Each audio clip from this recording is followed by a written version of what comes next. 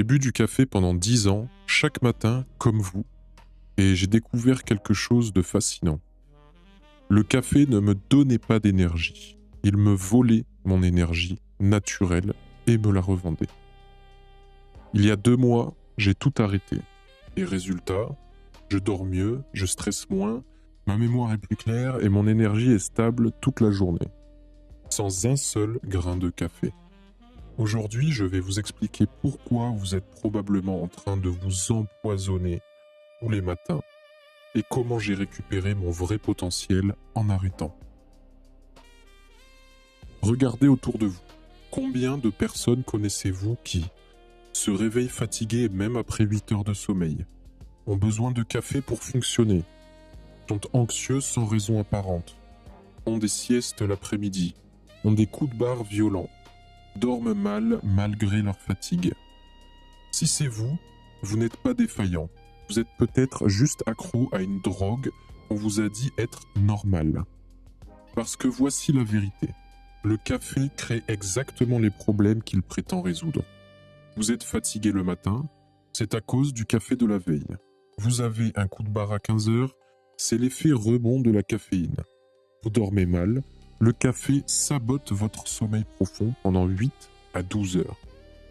Et le pire, c'est que comme tout le monde le fait, on croit que c'est normal. On normalise l'anxiété, la fatigue chronique, les troubles du sommeil, alors qu'on pourrait vivre autrement. Laissez-moi vous expliquer ce qui se passe vraiment dans votre cerveau. Votre corps produit naturellement une molécule qui s'appelle l'adénosine.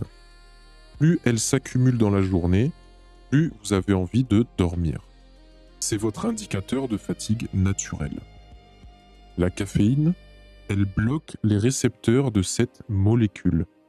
Donc vous ne sentez plus la fatigue, mais elle est toujours là, cachée. C'est donc comme débrancher le voyant d'essence de votre voiture. Le réservoir se vide quand même. Pire, au bout de quelques semaines, votre cerveau fabrique plus de récepteurs pour compenser. C'est ce qu'on appelle la tolérance. Et résultat, sans café, vous êtes plus fatigué qu'avant d'en boire. Et ce n'est que le début.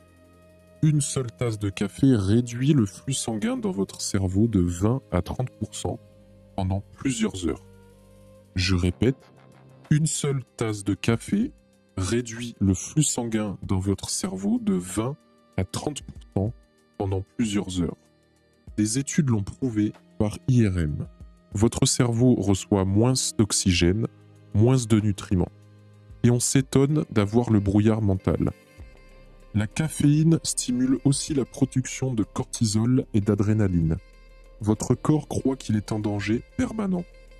Résultat, anxiété chronique, tension musculaire, sommeil fragmenté, même si vous ne vous en rendez pas compte consciemment. Et tout ça pourquoi ? Parce qu'on vous a vendu l'idée que le café était bon pour la santé. Mais les études positives parlent des polyphénols et antioxydants du café, pas de la caféine. C'est comme dire que le cannabis est bon pour la santé à cause de la vitamine C. Et ceci sans compter différents métaux et autres choses qu'on peut retrouver évidemment dans le café. Alors comment sortir de ce piège ? Première vérité, il n'y a pas de modération possible avec la caféine. Une tasse normale contient 200 à 300 mg de caféine. C'est 4 à 6 fois le seuil d'activation des récepteurs. C'est comme dire qu'on va boire modérément de l'alcool en prenant 4 verres d'un coup. La seule solution, c'est l'arrêt complet. Et je sais, ça fait peur. Moi aussi, j'avais essayé plusieurs fois et j'avais craqué au bout de 2-3 jours. Voici le système que j'ai utilisé. Semaine 1, acceptez le sevrage. Les maux de tête, c'est normal, buvez beaucoup d'eau. La fatigue, c'est temporaire, votre corps récupère sa vraie énergie. Passez au décaféiné si nécessaire, mais pas longtemps. Semaine 2, recalibrage. Votre sommeil devient plus profond, votre anxiété diminue, vous ressentez encore des moments de brouillard, mais ça passe. Semaine 3 et plus, c'est la révélation. Énergie stable sans pic ni chute, sommeil réparateur, réveil naturel, clarté mentale constante, moins de stress et d'irritabilité. Pour remplacer le rituel, j'ai pris de la chicorée. Même goût, zéro caféine et en plus, c'est bon pour les intestins. Vous pouvez aussi faire des infusions. Mais pas de thé, car le thé, c'est de la caféine. Bien que la théine, on pourrait croire que c'est une molécule différente, or, c'est juste le nom de la caféine qui change, mais ce sont exactement les mêmes molécules. Deux noms, une seule molécule. Voici ce qui a changé pour moi. Je me réveille naturellement, sans cette sensation d'avoir la tête dans le coton. Même avec 4 heures de sommeil, je récupère mieux qu'avant avec 8 heures sous café. Mon anxiété, elle est devenue comme un brouillard que je veux observer au lieu d'un état dans lequel je vis. Mes décisions se prennent sans résistance interne, c'est comme si j'avais arrêté de me battre contre moi-même. Mes rêves sont devenus ultra intenses. Avant, je rêvais en noir et blanc, disons, avec peu de contraste. Maintenant, c'est en 4K. Mon cerveau répare des années de sommeil saboté.